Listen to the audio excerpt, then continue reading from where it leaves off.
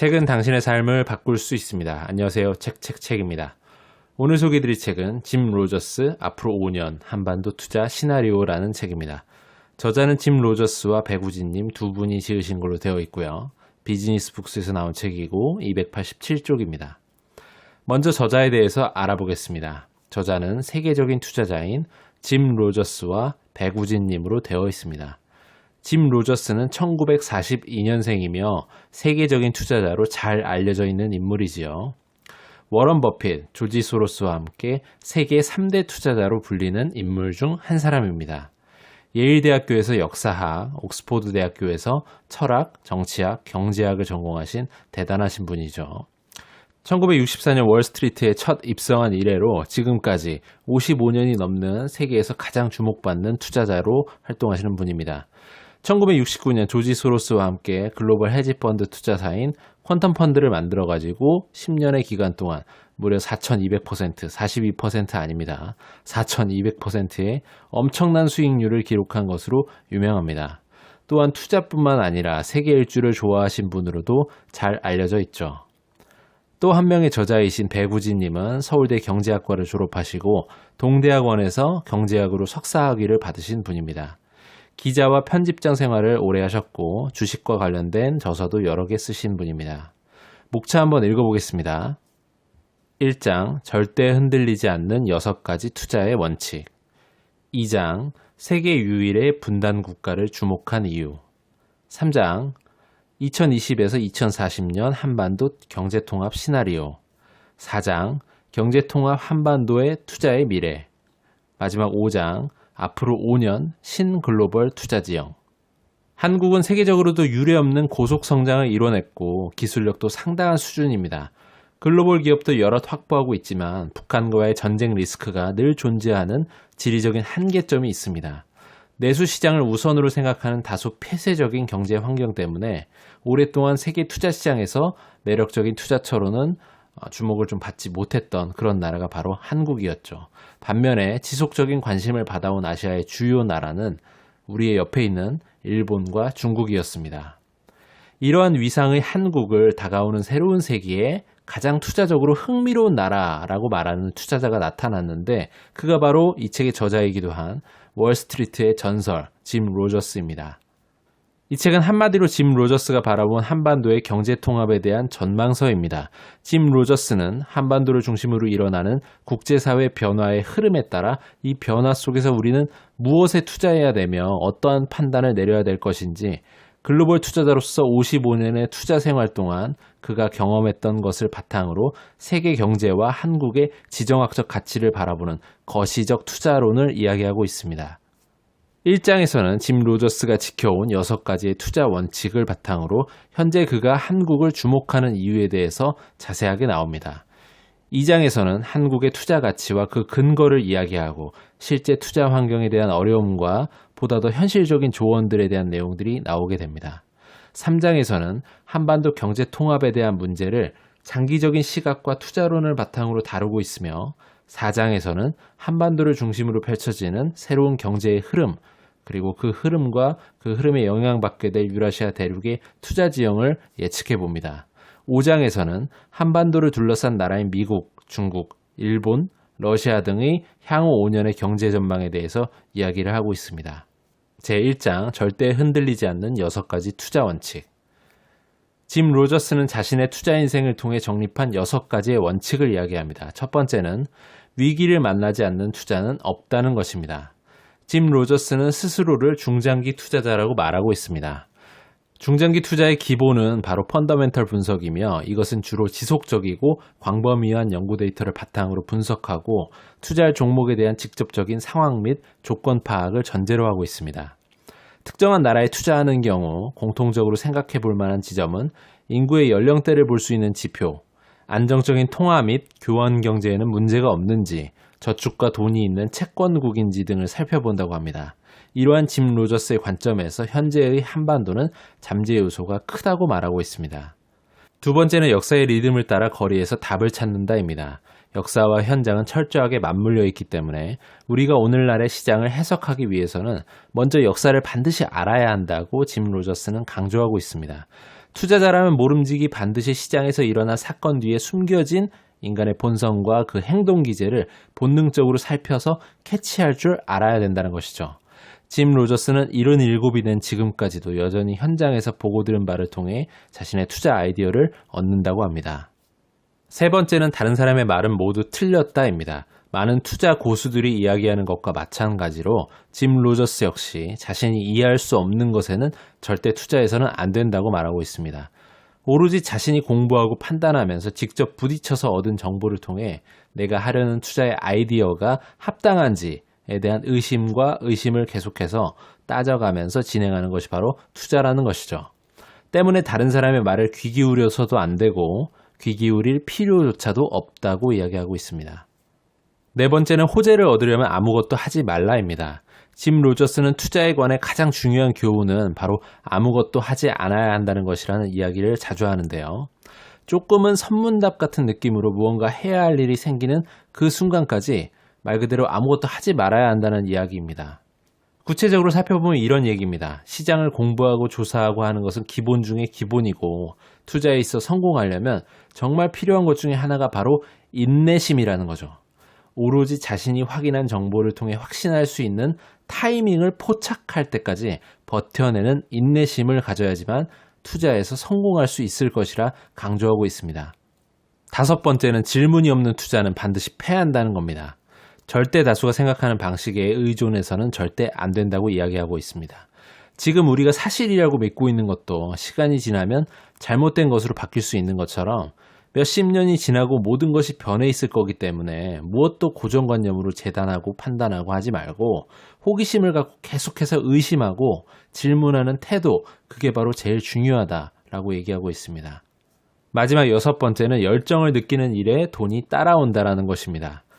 당신이 만약 정원을 가꾸는 일에 흥미를 가지고 있다면 정원사가 되어서 자신이 좋아하는 일을 하면서 돈을 버는 것이 가장 바람직할 것입니다.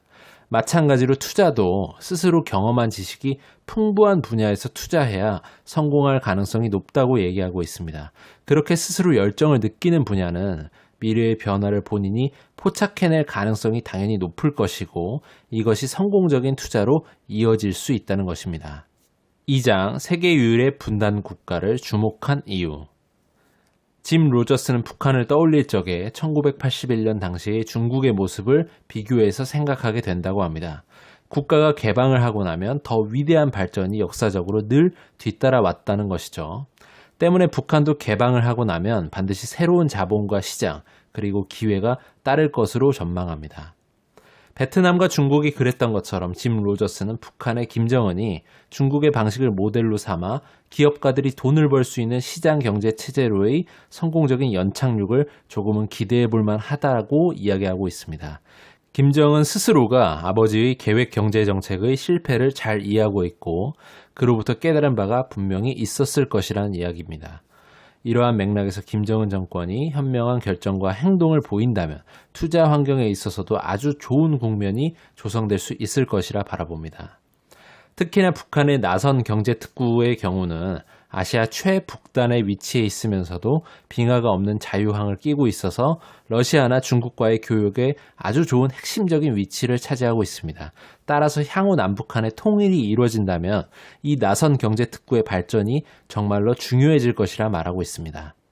현재 북한의 철도와 천연자원에 투자하고 있는 나라가 바로 중국과 러시아인데 이 두 나라는 벌써 앞서 말했던 짐 로저스의 관점에서 발빠르게 투자하는 영리한 국가라 판단하고 있습니다.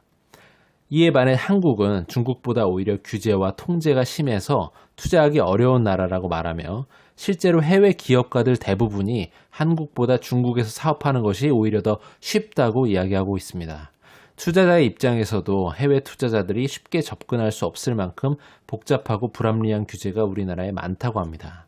만약 한국 정부가 현재의 과잉 규제를 완화하기 위해서 해외 기업가들에게 한국 내 사업에 대한 규제를 좀 많이 줄여주고 해외 투자를 적극 유치하는 방향으로 금융 개방을 확대 실시한다면 이와 동시에 북한의 시장 또한 개방되고 경쟁이 활성화되면서 함께 남과 북이 시너지가 나게 되고 한반도 전체가 기회의 땅으로 바뀔 것으로 짐 로저스는 전망하고 있습니다. 짐 로저스는 한반도에 대한 투자적인 관점에 있어서 솔직히 말해서 북한이 없다면 한국에 투자하지 않을 것이라고 이야기합니다. 한국은 부채도 빠른 속도로 증가하고 있는 데다가 노령화와 저출산이 심한 여러 가지 문제점을 안고 있다고 보기 때문인데요. 하지만 북한이 개방되면 철도와 항만의 건설을 통해 한국의 주요 무역 대상국인 중국과의 거래도 많이 늘어날 뿐만 아니라 중국을 넘어서 러시아 및 런던까지 교통 인프라가 구축이 된다면 전 세계와 더욱 긴밀히 연결돼서 정말로 매력적인 투자처로 한반도가 변모할 것이라고 이야기하고 있습니다. 또한 농업 분야에 있어서도 북한의 농업 생산은 그 수준이 아직은 낮기 때문에 한국의 기술력이 여기에 더해진다면 농업이 한국 경제를 이끄는 새로운 주축이 될 수도 있을 것이란 이야기도 또 덧붙이고 있네요. 3장 2020-2040 한반도 경제통합 시나리오. 이 장부터는 특히나 전망에 대한 이야기가 주를 이룹니다. 짐 로저스는 2020년 말까지 남북 간의 본격적인 교류가 시작될 것이다 라고 예상합니다. 남북 간의 경제통합 역시도 독일의 과거 방식과는 다른 방향으로 진행될 것이라 말하며, 이는 독일의 경우는 통일 당시 주변의 붕괴 위기의 사회주의 국가들로 둘러싸여 있던 반면에 현재 북한은 중국, 러시아 등 투자 여력이 보다 더 풍부하고 경제적으로 안정적인 국가들에 둘러싸여 있기 때문에, 그리고 동독과 달리 북한에는 또 천연 자원이 좀 풍부하다는 점도 통합의 차이를 보이게 되는 요소일 것이라 얘기하고 있습니다. 짐 로저스는 정부 주도의 경제 개발을 위한 협력 관계가 오히려 부정적이라는 의견도 내비쳤습니다. 역사적으로 봤을 때 정부가 민간이 주도하는 경제 활동에 개입을 하지 않는 모델이 가장 빠른 성장 속도를 보여주었기에 남북한 경제 협력의 성공은 기업가들의 활약에 달려 있을 것이라 얘기하고 있습니다. 한국과 북한이 통합돼서 둘 사이의 국경이 없어진다는 그런 의미는 양측 정부가 현재 군사력을 유지하기 위해 낭비되고 있는 엄청난 자원을 아낄 수 있다는 의미입니다. 따라서 벽이 허물어지는 그 순간 거대 자본이 반드시 흐를 것으로 전망하고 있습니다. 하지만 남북이 넘어야 할 산은 많습니다. 우선 인구 및 경제 분야에서 짚어보자면 인구만 하더라도 북한에 비해 남한의 인구가 2배 이상 많고 1인당 GDP는 20배 이상 차이가 나고 있습니다. 남한은 낮은 출산율 및 고령화의 문제를 안고 있지만 두 나라가 합쳐질 경우에 남북한이 가진 인구 조건이나 환경을 고려하면 인구가 대폭 늘어나는 효과와 동시에 한국의 고질적 문제가 되어가고 있는 저출산 및 고령화 문제도 보다 더 완화될 것이라 바라보고 있습니다. 투자자의 관점에서 북한의 낮은 GDP는 저평가된 종목이다라고 짐 로저스는 표현을 하고 있는데요. 많은 양의 노동력과 GDP에 대비해서 140배에 달하는 풍부한 광물 자원을 가진 북한이 개방되고 성장하는 순간 어떤 나라보다도 빠른 시일 내에 높은 성장률을 기록할 수 있을 것이라고 판단하고 있습니다. 2009년 골드만삭스 보고서는 경제가 통합된 한반도는 일본의 GDP를 가볍게 넘어설 것이라고 전망했다고도 하네요. 산업의 분야에 있어서도 북한의 인프라는 거의 지금은 최하의 수준이어서 통합이 될 때 철도나 항만 및 건설 등 대부분의 모든 시설을 재건해야 되는 상황입니다. 콜롬비아나 베네수엘라처럼 내전을 겪은 국가들과 북한을 비교하면서 온 나라가 폐허에 가까운 상황에 처한 곳은 자본이 투자되길 바라며 투자자들에게 좋은 기회가 되어왔다고 역사적으로 그렇게 진행됐다고 주장하고 있습니다. 앞서 계속해서 말씀드린 것처럼 북한의 지정학적인 위치가 정말 중요한 나라이기 때문에 교통의 인프라가 활성화된다면 이것이야말로 남북 통합 시에 가장 큰 메리트가 될 것이 아닌가라고 전망하고 있습니다. 4장 경제통합 한반도의 투자의 미래. 남북 경제 통합 시 한반도 위에는 나선 경제특구의 활성화가 가장 중요하다고 예상하고 있습니다. 나선 경제특구는 대륙으로 진출하는 길목이기에 대외무역과 경제발전에 있어 전략적인 요충지로 발전을 할 것입니다. 이렇게 나선 경제특구가 완전하게 역할을 하려면 북한의 비핵화를 전제로 한 종전선언이 필수적으로 요구되며, 이게 진행이 잘 되게 된다면 개성공단 운영과 금강산 관광 재개를 시작으로 남한의 세계적인 회사들이 대거 투입이 되면서 한반도의 신경제 지도가 그려질 것으로 내다보고 있습니다. 또한 동해권 에너지 및 자원벨트, 서해안 산업물류 교통벨트 등 여러 산업벨트들이 추가적으로 활성화가 되면서 통합된 8천만 인구의 한반도는 그 발전이 더욱 가속화될 것이라고 얘기하고 있습니다. 5장, 앞으로 5년 신글로벌 투자지형. 최근 몇 년간 경기 침체에 대응해서 관세 장벽을 쌓는 등 여러 가지 조치를 취해서 보호무역주의 정책을 취하는 대표적인 나라가 바로 미국과 일본입니다. 특히 미국의 트럼프 대통령은 2020년 11월에 있을 재선에 성공하기 위해서 본격적인 무역 전쟁을 벌일 준비가 되어 있으며 일본의 경우에는 인위적인 엔저 정책을 고수함으로써 인접국에 고스란히 그 피해를 끼치고 있습니다. 세계 경제를 뒤흔들었던 리먼 사태 이후에 전 세계의 주요 국가들의 채무가 아주 빠른 속도로 늘어나고 있습니다. 이러한 추세를 보자면 앞으로는 2008년보다 더욱더 심각한 결과가 발생할 수도 있지 않을까 하고 짐 로저스는 경고하고 있습니다. 세계 각국에 쌓인 엄청난 부채를 타개할 해결책을 찾는 일은 정말로 쉽지는 않은 일일 것이고 이것이 결국 사회 전반에 큰 영향을 미쳐서 정말 큰 위기가 앞으로 도래할 수도 있다고 경고하고 있습니다. 현재 구글과 애플의 주식은 떨어질 줄 모르고 계속 상승세에 있는데 이것은 매우 위험한 것이다 라고 저자는 보고 있습니다. 시장의 자금이 일부 기업에만 몰리고 있는 것으로 이런 상황이라면 1, 2년 내에 세계 경제에 문제가 발생할 것이고 짐 로저스는 이 타이밍을 오히려 투자할 적기로 바라본다고 합니다. 짐 로저스가 향후 주목하는 투자 시장은 앞서 북한도 강조했지만 이 장에서는 러시아에 대한 가치도 언급하고 있습니다. 자원의 풍부함과 나라의 재무 구조도 러시아가 비교적 안정적인 편이어서 성장 가능성이 높다고 얘기합니다. 종합을 좀 하자면 앞으로의 세계의 투자 지형은 기존의 주요한 투자 대상이었던 강대국들의 경제 위기가 전망이 되고 있으니 투자 안전지대로 볼 수 있는 곳을 찾아내서 투자를 해야 된다라는 것인데요. 자본주의의 역동성은 창조적 파괴를 가져올 수 있는 기업가의 기술 혁신에서 나온다라고 얘기한 경제학자 슌페터의 말처럼 현재의 투자 상황에 불평불만을 갖기보다는 바뀌는 환경의 변화로부터 투자자로서 얻을 수 있는 것은 과연 무엇인가를 진정으로 고민해 봐야 된다고 저자는 강조하고 있습니다. 어떠신가요? 현재 우리가 살고 있는 한국에 대한 상황 및 북한과의 관계에 대해 여러 정치 경제학적 상황이나 투자에 대한 뉘앙스가 좀 느껴지셨나요? 정말 이 책 유익한 책이니까 일독을 한번 권해드립니다. 오늘은 여기까지 하겠습니다. 유익하셨거나 도움이 되셨다면 구독과 좋아요 부탁드립니다. 이 채널을 유지하는 힘입니다. 감사합니다.